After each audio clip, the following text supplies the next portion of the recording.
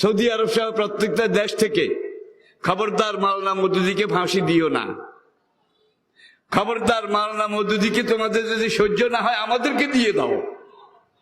আমরা আজীবন নাগরিকত্ব দিয়ে মধ্যপ্রাচ্যে আজকেও তাকে বলা হয় ওস্তাজুল মওদুদী।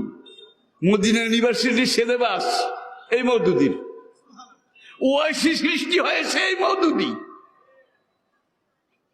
কিন্তু আমরা তো পোড়া কপালে জাতি, করেননি।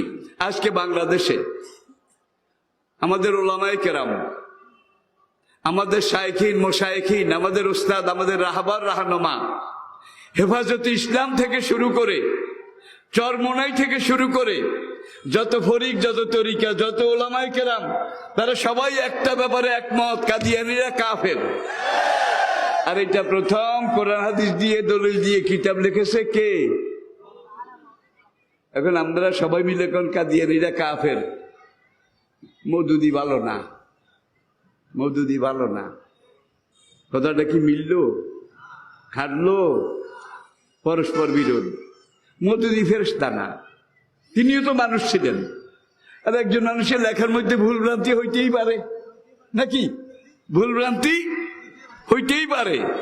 এবং মাওলানা জীবনে বহুবার বলেছে, আমার যেখানে যেখানে লেখনীর মধ্যে আপনাদের দ্বিমত আছে আপনারা বলেন, আমি সঙ্গে সঙ্গে সেটা সংশোধন করে নেব। বহু জায়গায় নিয়েছেন।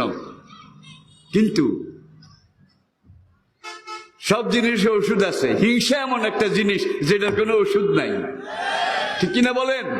তাইলে বাংলাদেশে যারা দায়ী আল্লাহ আছেন, আলহামদুলিল্লাহ, আপনাদের নথি স্বীকার করার কোনো কায়দা নাই, কোনো দরকারও নাই। এই ফয়সালা একদিন হবে এবং এই আল্লাহর এই জমিনে হবে।